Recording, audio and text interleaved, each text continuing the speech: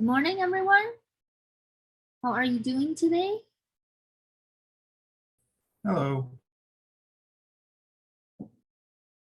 Hi. Okay, so let me wait for the screen to come up.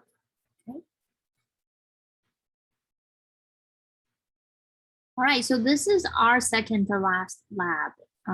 We actually will be able to finish everything. Is it before Thanksgiving? Yeah, so next Monday is our last lab. So everything will be finished before Thanksgiving. And this lab is something that we have already, some of that we have already talked about, which is the Hooke's law, describing how a spring force related to the displacement of the spring. So that part we already know. The second part of this lab is simple harmonic oscillation.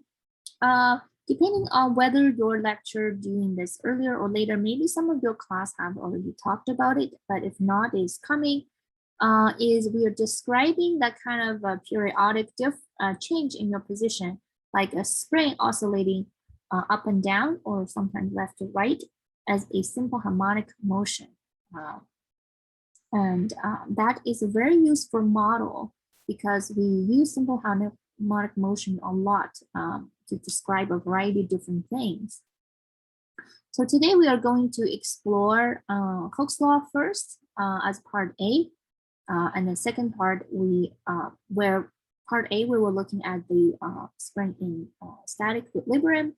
Part B, where we look at the spring oscillate up and down as in simple harmonic motion. So to remind us what is Hooke's law, the force exerted by the spring F, the force from the spring is proportional to how much the spring is being stretched or is being compressed. Okay, now if your spring is simply at the equilibrium point, meaning that right here, the x of e, the equilibrium point, it is neither being stretched or being compressed, right? So it's relaxed. So the displacement is zero. It's not being stretched, so the stretch length is zero. So in that case, you don't have any force from the spring. It is also proportional to the spring constant K, right? That describes how strong the spring is. If the spring is very strong, like it's wired very tightly together, so you can see it's very difficult to pull such a spring because it will exert a big force. If you have a very weak spring that has a small K, then it's easily to pull it apart. So the spring force is proportional to K and is proportional to delta X. There is also this negative sign. So this negative sign simply tell us the direction of the force is always in the opposite direction of the displacement, right? If you stretch a spring to the right, the displacement is to the right. And then the force is to the left. It's a restoring force. Is always opposing the direction of your change. Likewise, if your displacement is to the left, you compress it to the left, and the restoring force is to drag it back to the equilibrium point, is to the right. Okay, so F and delta X is always in the opposed, different directions, the opposite direction, and that's why we have the negative sign. But if we're concerned about simply the magnitude, you can just put an absolute value on these quantities and don't worry about the negative sign. So that was Hooke's law. This is something we have already seen in our class. Part A is to look at Hooke's law by applying and put different weight on the spring, right? So if you have a spring here, now it's relaxed. If you put some object on it, you apply a weight, the spring is now being stretched, right? So you measure how much it's being stretched. And you can plot the amount of the weight you apply and how much it's being stretched. And if it obeys the Hooke's law, then you should get a linear relationship, right? So let's take a quick look at our pre-lab, which talked about this first part. So we're plotting a graph using the y is our weight, suspended weight mg versus the elongation of the spring, how much the spring is being stretched. What are the units of the slope? And if you do get a y-intercept, what could be the units of the y-intercept? So we're saying that, okay, this is mg. If you're looking at the weight we put in here, this is mg, and you're putting it on the spring, so it should have an upward force. That's the spring force, right?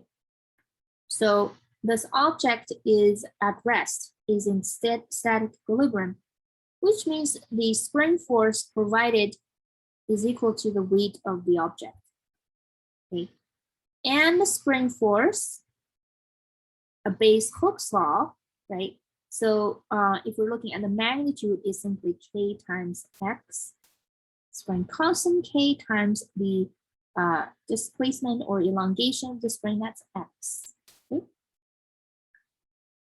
So it might have a y-intercept as well. Okay, so what we end up is mg is kx plus y-intercept. Okay, now this is our slope.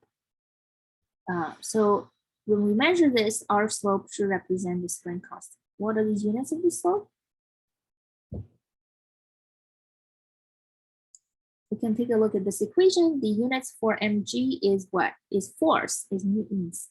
And the unit for the elongation is a distance. You can measure it in centimeters, you can change it to meters. So the unit for the slope is going to be Newton divided by meter, Newton per meter. That is the slope. And that is the units for spring constant, Newton per meter. Okay. Now, if we get a y-intercept, what are the units for the y-intercept? What do you think?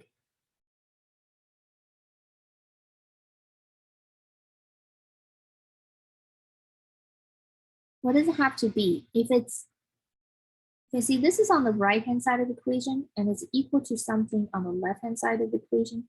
So we don't even need to know what physics quantity it represents. We can first of all figure out what are the units, and then we can figure out what kind of physics quantity it could be, right? So if you get a units of seconds, then you know, oh, this is a time quantity. If you get a units of meters, you know, oh, this is a distance quantity. So what kind of units would you get for this y-intercept when you do the plot?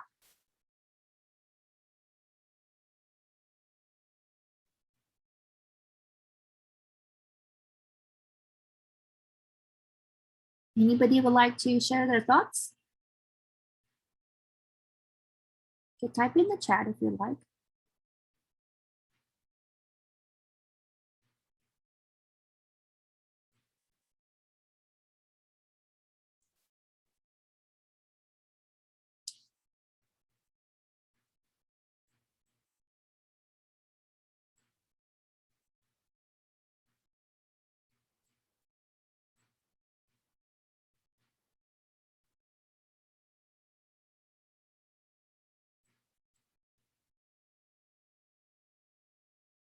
Let's take a look at what this equation represents. Our left-hand side is a force, is newtons. So if it's equal to something on the right-hand side, your right-hand side has to be the same unit, has to be a force quantity. Because it wouldn't make sense to equate force to something else. You have to say force equals to force, right? So y-intercept has to have the unit of newtons. And in your lab, you will measure, well, okay, so why do I get y-intercept? It's a force. If your mg is not exactly equal to kx, then the extra force that you have probably would be not only you have to overcome the spring, you also have to overcome the little bit of friction that could be in your system, right? So this could represent the friction that comes in your experiment. Let's take a look at our the experiment we're going to do. So the data collection is quite straightforward. Basically, you will hand different mass on the spring, and then you record how much the spring is being stretched. Okay, so you're going to plot, this is your X, and you plot the weight as your Y. All right, let's take a look at our video.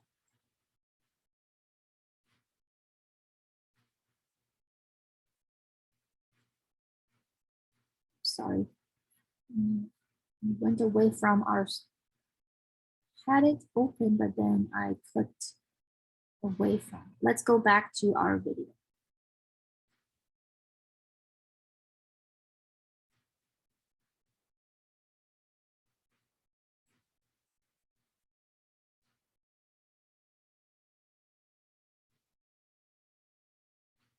Okay, here.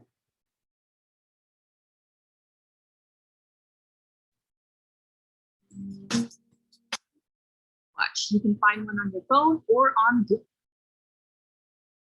Taking each one with a hook. And for part A, note the initial length and determine the.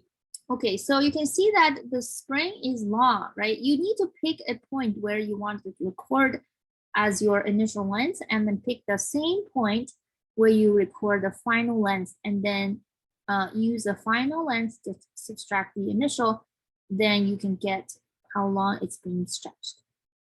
So since the spring itself will have more and more gap between them, it would make sense to either pick like the bottom round of the spring, or you can just pick the tip of the hook as your measurement. So just be consistent. So if you pick the hook, right now you can read it's the initial length is at 14.7 centimeters. It's roughly 14.7 centimeters. So you will write that down because you need to subtract that initial length from your final length. Whoops, sorry. This is the final length so now, for each mass. Don't forget to assess the uncertainty in each. So for 100 grams, you can see now the spring is being stretched. Take a look at the hook. The hook is right now at 25.2, roughly 25.2 centimeters. Okay, so you need to write down elongation will be 25.2 minus what you had before. That was 14.7 roughly, and that's your elongation, right? So you do the same thing for the 200 grams. Think about the challenges. It's at 40. Okay, so you can't really see the top of the you can't really see the top of the meter stick, but you can see that it is approaching 40. So here right now, if you put a 200 gram mass on it, the final position of the hook is roughly at 36.4. You can use a ruler kind of to level it up to read it more accurately, but now this is what you do for the 200 grams. And you continue to finish all the rest of the data collection by reading the final position of your hook. Okay. So you need to record the initial position. Professor, when we do the elongation of the spring, are we subtracting the 14.7 every time? Yes, yes, absolutely. You start from the same initial position, roughly, and yes, so you need to subtract that from your every data point. You're right. Okay, so that's it. That's our first part. You plot y versus x. This is your slope will give you spring constant. And your y-intercept should tell you how much friction exists sort of that your spring has. Right? Okay, so make sure that you change everything to newtons because you will want your final result spring constant to be in the unit of Newton per meter. So change your grams to kilograms, change the elongation to meters. Okay, Now you don't have to pick the exact same initial position. You can follow sort of the bottom wire of the spring, but you just need to be consistent, okay, in terms of you recording your position.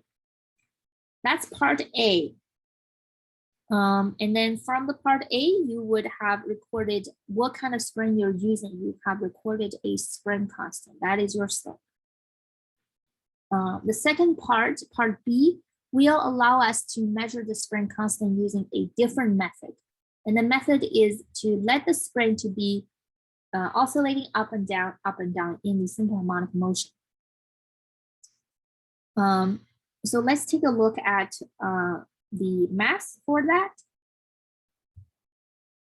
So for a simple harmonic oscillation, for something that's being attached to a spring, we have an equation that describes the period t. So for a period is the time it took for that to complete one entire oscillation, right? So it would be from the highest point going down to the lowest point and bouncing back up to the highest point again. But that is one complete cycle. That is one period. And the time we record for that is capital T. So for simple harmonic motion, we know that T is equal to 2 pi effective mass over K. Okay, so that's, well, you may have or may not have talked about this in your lecture, but if you haven't, in simple harmonic motion, it will come up. So in this case, the effective mass will use obviously the mass of the weight that you added, but there's some weight from the spring as well. So it turned out our effective mass will be the mass you added and 1/3 of the mass of the spring. That's how much the spring's weight is also affecting your oscillation.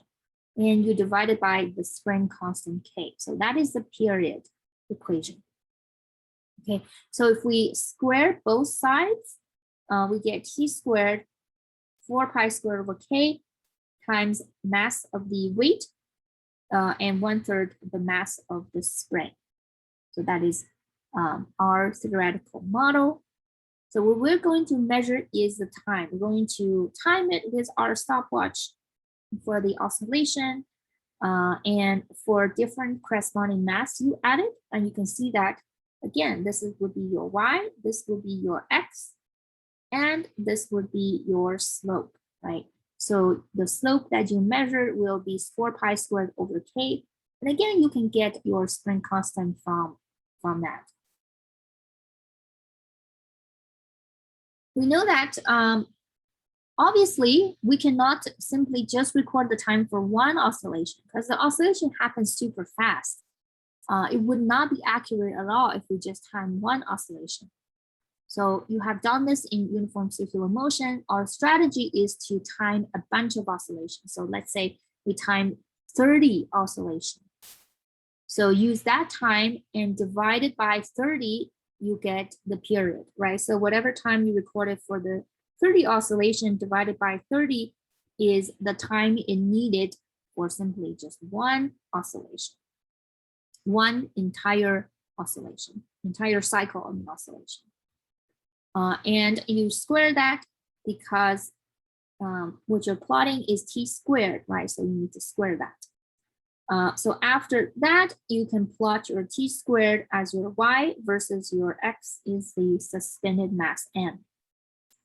And the uncertainty simply, the uncertainty calculation is not needed in this data sheet. You don't have to enter it, but you should already know from our previous exercise how to do the uncertainty. So for example, if you do a few different trials for the time, then the delta T uncertainty for your time is max minus min over 2 for each of the 30 oscillation.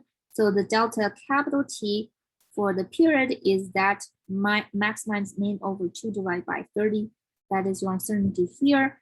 The uncertainty for T squared follows one of the error propagation rule. Again, at lab 1, we talked about this, is the relative uncertainties of your new quantities is the power times the relative uncertainty of your old quantity. Okay, so if you do want to calculate your uncertainty, you can use that to do, but it's not required for this lab. All right, let's go take a look at our data and get a feeling for how that oscillation works. So back to our video.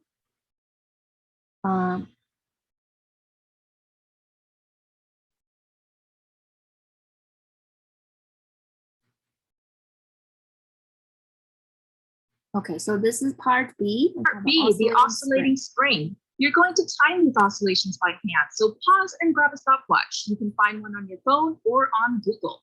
Before we begin, we're going to test to see how accurate your timing skills are, and we want to ensure that you're counting oscillations properly. In the test video, try timing 10 oscillations. Ready? Okay, this is just giving you a practice opportunity for your timing skill to do a practice. They have a digital stopwatch for this practice, but in the actual data collection, you just have to time it yourself. So we're going to skip this practice and go to where they have the actual data. Okay, so this is just a test to see how you do. So this is 100 grams. 100 grams. So as M increase, time increase, because remember our period is 2 pi m square root m over k. As you put more and more mass, it takes longer and longer for your oscillation. So notice that you're in your trend, your T should increase. Okay, if you notice a T decrease, that suggests you maybe have made a mistake in your timing and you should redo it. Also, that makes our timing a little bit easier, right? You want to, if it oscillates fast, then it's harder to time, but the slower, it should get easier. So 100 gram would be the most difficult one to time at this point.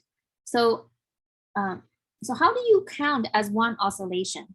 So when you need to pick a point, a critical point, right? If it is all the way at the top, so going down, all the way down and go all the way up to the top again is one cycle.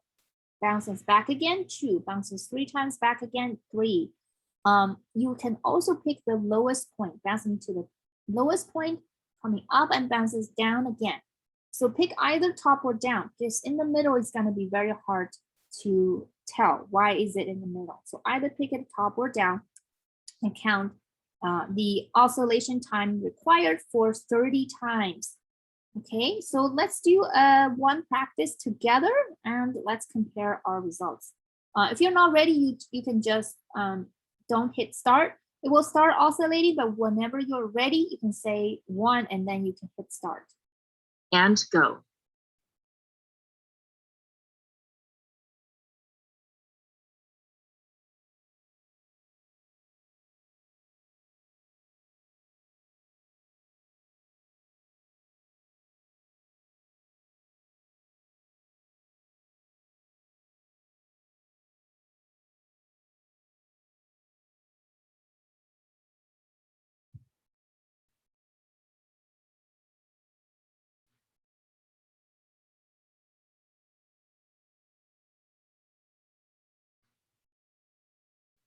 All right, that was for 100 grams. Do you guys get anybody got a time that they recorded?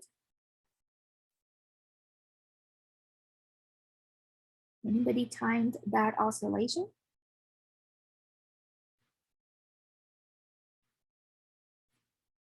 Okay, so Joshua got 24.23 seconds. Very good. I got 25.65 seconds. So your each trial should be relatively close. I would consider that's pretty close enough. Good job. So the time you get divided by 30 would be the period capital T. Okay, very good. So you can see that for this data, really we just have one trial for each of the different masses. Unlike what we did previously, we do this 3 times and then do the average. And for this lab, we're just gonna do 1. but make sure that the one time you did record is reasonable. You can see whether it's reasonable, like I said, by see if it's on the correct trend. You should record every time when you increase the mass, you should record longer time. So finally, when you have all your data, you can plot it, the t squared versus the mass, and the slope that you get, right, will be 4 pi squared over k is your slope. So from the second part, you can get the spring constant by using 4 pi squared divided by the slope number, and that's your spring constant. So you can compare the spring constant with your result from part A using Hooke's law. And they should agree to each other because you are using the same spring. It's still the same spring as you're using. So they should equal. Here, what would be the x-intercept at t equals 0? Okay, so x-intercept is when the line cross the x-axis, so the x is 0. So if you put in x equals 0,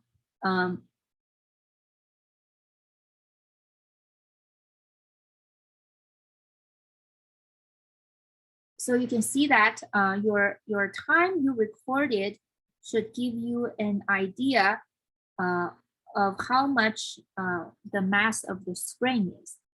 Okay. Okay, I'm sorry. Rex, your x is your mass. This is your x. Okay, so when x is 0, your equation becomes t squared 4 pi squared over k, simply multiplied by the 1/3 of the mass of the spring. So this is when you don't put any mass on it. You don't hand any mass. You let the spring itself, the mass of the effective mass of the spring itself, oscillate back and forth and back and forth. And that gives you a period as well. Okay.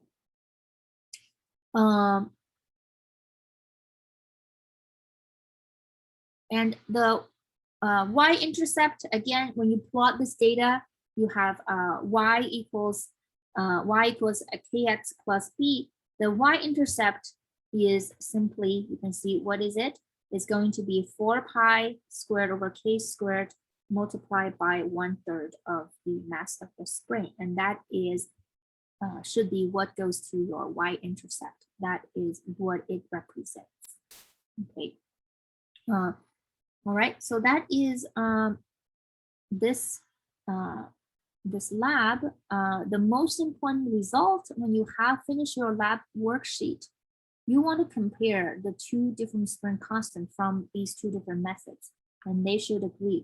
If they don't, double check your work to see maybe there could have been a mistake somewhere in the data collection process, or could be somewhere mistake with your calculation. Okay, so that is at the end, you wanted to check your data to see if it is reasonable. All right, so that is all we have for this lab, just part A and B. Do you guys have any questions at this point? For the spring constant, it's just whatever we calculate for K, correct? Yes, your spring constant for part A would be your slope, and your spring constant that you calculate for part B would be the 4 pi squared divided by the part B slope. And they should give you a spring constant that is agreeing with each other, because you're still using the same spring. The spring's mass is given at the end of the lab. They do put the spring on the scale, and from the scale, you can read what the spring's mass is. That is something you measure directly. That can also be interpreted from your data, because we know that the x-intercept give you an idea what the spring mass is. Also the y-intercept has to do with the spring mass. So if you want, you could double check the spring mass you measured from the scale and the spring mass your data tells you. But you don't have to compare that. The one thing you do need to compare is make sure that your spring constant agree with each other. Any other questions? For part A, I was kind of confused about how we get the suspended weight. Oh, you put different mass on it. Let me resume our share. The suspended weight is simply depending on whatever mass you put on it. Okay, so if you hand 100 grams mass on it, the weight would just be the mass times 9.8 meters per second square. So that would be your weight, right? This one would be 0.2 kilograms times 9.8. This will be 0.3 times 9. Okay, thank you. Sure. Any other questions?